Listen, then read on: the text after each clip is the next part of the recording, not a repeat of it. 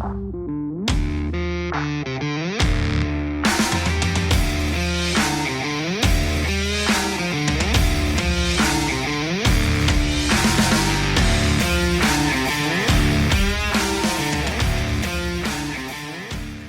guys, it's Junior. Welcome back to my channel here at Horsepower Warehouse. First and foremost, let me apologize to you guys. It has been 2 weeks since I produced a video for you. I have been so sick. My wife got nailed, my son got nailed, and if you're thinking, oh no, I hope he didn't get hit with that sickness, you know, the whole pandemic one, yes, it was that one. The sickest I've ever been in my life. So I do apologize for not keeping you guys updated. But let's jump right into it. I got 2 new cars I want to share with you. I did get some progress done, so let's take a look around the shop first and foremost. So you can see I've got parts laid out here for my 64. As you guys know, I'm going to be ripping the interior out. I'm doing the engine bay and painting the bottom of this car. I've got all my new parts laid out here, and the old parts that I've taken off are on the table. So this one is getting ready to go together. This is the Nassau 66 foam car. Of course, foam no longer. This one I am very happy to have over in the shop. We have it covered here. I have ordered just a ton of parts for the interior of this car. As you guys may know already, that the complete chassis is already done. The full drivetrain is done. The paint is done. So a lot of big hurdles have already been overcome with this car. There's a lot of detail work and a lot of trinkets and trim and little things that need to go on to complete the car, but all of the major hurdles so far are done and over with on this. So I was able to, because I'm kind of limited in my capacity to stay out in the shop, at least for the past 2 weeks, I did get a ton of parts ordered for pretty much all of these cars. So I don't know if you guys are familiar with me personally. If you know me, then you know how I work. When I get sick, I can't stop. It almost makes me sicker to have to stay in bed and not do something work related. So I did all of my parts ordering. I did a whole lot of planning and scheduling, and I got a solid game plan for every single one of my cars. Anything that I was waiting for parts, I went ahead and got it going. So it drives my wife absolutely nuts. I cannot sit still. I cannot stop working. It was bred into me. I got this from my father. If you want your question, you know, why don't you stop, Junior? It's because Senior doesn't stop. Senior doesn't work or doesn't stop working. He works 7 days a week. That's just the Zalambals. I'm a product of my father in terms of work. He taught me this work ethic. He said, Junior, if you ever want to become something, if you want to be the best, you gotta work for it. So, ding goes the cell phone again. 64, you can see I did manage to get, sorry, I'm canceling my cell phone as I'm talking to you guys. I did manage to get the complete chassis stripped down. As you can see, look at how absolutely hammered. So it should be straight. Look at that trailing arm. It's probably one of the more bent arms I've ever seen. As you guys know, this chassis was walloped right there. Bang. So this whole deal is getting kicked to the curb, to the wayside. By the way, if you guys are ever in Mayaca City going through a woods and you see a big pile of Corvette frames, get out of my backyard. Because that's where this is going. I'm a hoarder. I don't get rid of anything. I do collect old Corvette frames, and I've got a few of them, not for sale. So 64 here is getting ready to be stripped. So once I get my other 64, my saddle car, off of the pressure washing lift, this one is going to get pressure washed. I have went ahead and ordered the parts lot, everything that I need for the chassis. So that way, once Senior does locate me a good 64 chassis, everything will go off the powder coat together, and then I'll have my parts order in by that time. So yeah, good game plan going here. This is a new car, by the way. Let's sneak this in. So 1965 white coupe. As you can see, knockoffs, side pipes, blue interior, 4-speed. Missing every single emblem on the car. I just had it wet sanded and buffed. As you guys can probably tell, the paint looks really nice. it came out great on this car. This is not my paint job, by the way. So if you're trying to judge things like door gaps and things like that, this car will never be as nice as this car is, because this one had 411 hours of paint and body work. In order to get gaps that are to this quality, you're gonna have to pay up. They're just not naturally that nice. I can adjust these to be, I mean, I'm not even critiquing these. These are great.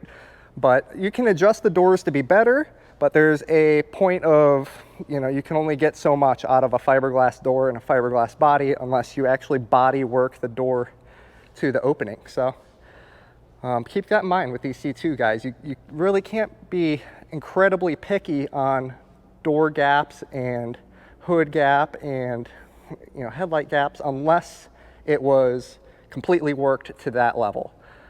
So just know your car. Most people don't go that far. They don't go as far as I do with my paint jobs, just because it's so expensive and it takes so much time. That is way above and beyond. The NCRS guys, you know, they kind of, they downplay it. Oh, it was never built that nice. That's not even a Corvette anymore. Okay, well, so be it. That's what I demand of my guy, and that's what I would want of my car, so that's how I do it.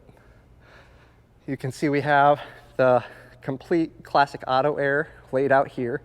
I'm also a stickler for my coatings, right guys? So when you get a classic auto air kit, they send you all these brackets bare. So I have a media blasting cabinet over there, 2-part epoxy. Southern Polyurethanes makes the 2-part epoxy finish that I use on all of my brackets. Yeah, it's hard as a rock. It's arguably harder than powder coat. You can see with this car, this one was a frame off restoration. It was not my paint job, but the complete chassis was done. So yeah, this one Sean is working on this week. So hopefully we can get air conditioning and all that buttoned up. I have not done anything with my big block this week. As I mentioned, I've just been feeling so bad lately that I'm bouncing back and forth from the front office to the shop. You can see my race car. Let's take a look. This is actually probably the last time I'm going to show you my race car, mainly because this one is buttoned up. It's a roller now at this point, and it's getting ready to head to the lab. I mean, the private garage. I mean, the bat cave. I haven't told you guys about any of that yet. So I'm not going to actually go any further than that. So you guys won't see this. This is going into the private space that I have being built, and I'm going to finish my race car there. So, I mean, the invitation only garage. No? I'm going to stop talking. So, you can see the 64 engine that was removed here. This is actually the numbers matching block. So these two are both getting ready to be wrapped. I have an engine cover that I put over them just for transport. So this one is getting fully built out. This is the engine that came out of the car. We're going to use this for good usable parts on this. So it is going to be a 365 horsepower solid lifter that is destined for the 64 over here for my customer. Speaking of 64s, man, it's 64 day, right? Man. So what are we looking at? Side pipe, not side pipes, knockoffs. No side pipes, rear exit. Is that a factory AC sticker? It couldn't be. It is. It's a factory AC automatic dark blue, otherwise known as Daytona interior. Let's pop the hood. You guys, you can see this has not been gone over by yours truly yet. I'm going to touch up the engine bay, but we do have power brakes. We do have power steering, and of course that factory air conditioning over there. So I see an aftermarket radiator, which I probably will paint black. And gosh, that upper hose is the stuff of my nightmares, but I'm going to take care of that. This thing is a really nice cruiser car. I like the light blue with dark blue, really good contrast. Man, I can really appreciate the factory AC. I don't know if you guys can tell, but I'm already sweating. I'm 10 minutes into this video and I'm absolutely just miserable. Like I said, I'm coming back. I'm working again. As you guys can tell, I'm actually by myself in the shop today. Sean has taken the day off, so I'm spearheading projects. I work by myself incredibly well. In fact, I have a great preference for it. My front door over here is locked. I've got a sorry, closed for renovation sign on the front. I don't mind at all having an empty shop. I work by myself, arguably better than any other scenario. This is another new car I haven't showed you guys, or it was here last time, but I glossed right over it because I forgot. 1969 Chevelle.